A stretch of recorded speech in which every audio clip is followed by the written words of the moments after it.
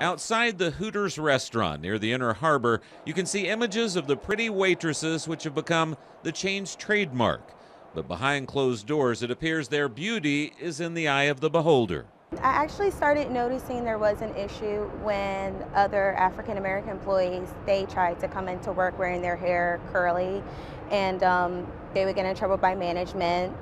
They would tell them, you can't come back to work unless you straighten out your hair. 25-year-old Farron Johnson ran into some trouble of her own when she showed up one day with blonde highlights in her hair.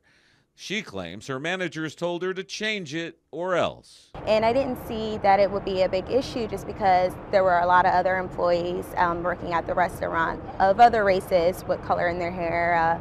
For instance, there was Asian girls with red hair and Caucasian girls with black hair and blonde streaks. So I didn't think it would be an issue for the little piece of blonde highlight in my hair. Balancing school with her work on a limited budget, Johnson says she could ill afford to return to the hair salon to change it. And a few months later, she was fired for what the company deemed as her improper image. She has since filed a charge of discrimination. The law is clear that employers can't have two separate, unequal sets of rules, one for African American employees and one for everybody else. And yet that's exactly what Hooters did here in firing Ms. Johnson, an African American employee, solely because she's African American. They targeted her because of her hair, solely because of her race. In downtown Baltimore, Jeff Hager, ABC 2 News.